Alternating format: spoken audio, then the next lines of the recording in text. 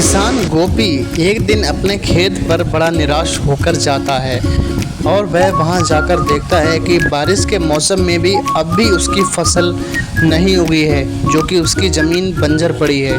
ये कैसे हो सकता है? ये बहुत परेशान था और सोच रहा था कि ये कैसे करके ठीक होगा। इस मौसम में तो मेरी फसल आ जाना चाहिए थी, लेकिन अभी तक मेरी ज़मीन बंजर ही पड़ी है। ये कैसे करके क्या हो सकता है इसका? एक दिन वह फड़वे से कुछ खोद रहा था, तभी खोदते खोदते अचानक उसका फड़वा किसी सख्त चीज़ में लगता है और गोपी देखता है कि यहाँ पर कुछ है। उसको पता चलता है कि यहाँ पर खोदने से ज़रूर कुछ ना कुछ निकलेगा और यहाँ पर खोदते खोदते उसको एक बड़ा सा बर्तन दिखाई देता है, जो कि गोपी देखकर चौंक जाता है और वह सोचता है कि ये इसके खेत में किस तरीके से आया और ये किस काम का है और किसने रखा था यहाँ पर। वह बहुत ज़्यादा निराश था, तभी उसने इस बर्तन को वहीं छोड़कर जाने का फैसला किया और अपने फड़वे को फेंका जो कि उस बर्तन में जा गिरा था और वह वहीं लेटकर आराम करने लगा। आराम करते करते उसको नींद आ गई और फिर कुछ देर के बाद जब उसकी अचानक से आँख खुली और वह वापस अपने घर की ओर लेट दौड़ा तो उसने देखा कि ये क्या, उसके बर्तन में तो वैसे ही 100 फड़वे आ गए हैं। ये कैसे हो सकता है? ये बड़ा अजीब मंजर था जो कि वह अपनी आंखों पर विश्वास नहीं कर पा रहा था। उसने बर्तन को खाली किया और उसने दोबारा से शवल उसके अंदर डाला और देखते ही देखते फिर से 100 के 100 फड़वे उसके अंदर दोबारा से आ गए।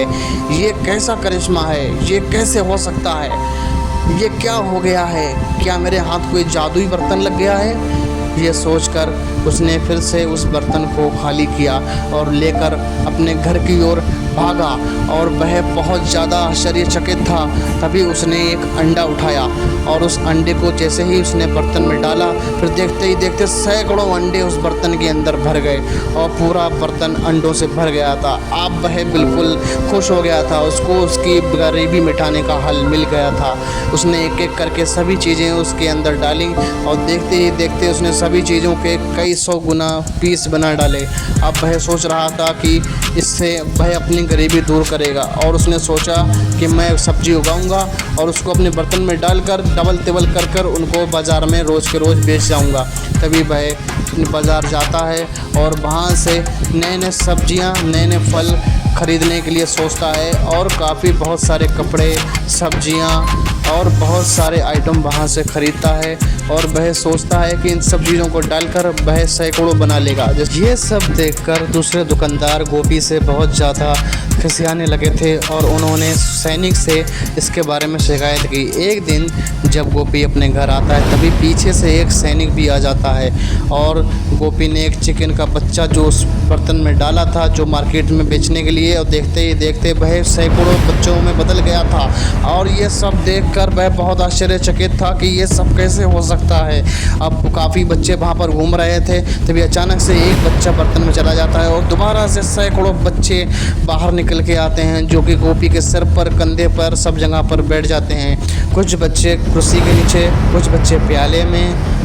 वही दौड़ता दौड़ता राजा के पास आता है और राजा को सब कुछ देखा हुआ जो बताता है। राजा कहता है कि उस बर्तन को मेरे पास लेकर आओ, मुझे उसकी ज़रूरत है, मैं अपने राज्य का सोना डबल करूँगा। तभी गोपी वो घड़ा लेकर आता है और राजा उस घड़े के पास जाकर उसकी तलाशी लेता है कि इस घड़े में क्या है, और गोपी बहुत ज़्यादा अपसेट था।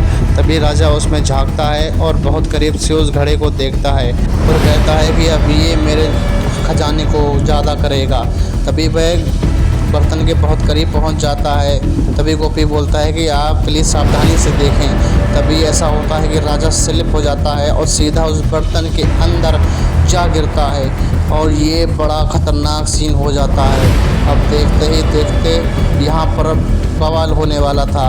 अब तो वहाँ पर राजाओं की लाइन लग गई थी, एक के बाद एक राजा, 100 राजा उसमें से निकले जा रहे थे और सैनिक भी कंफ्यूज थे कि किसका ऑर्डर माने और वे सब आपस में लड़ रहे थे कि मैं राजा हूँ, मैं राजा हूँ।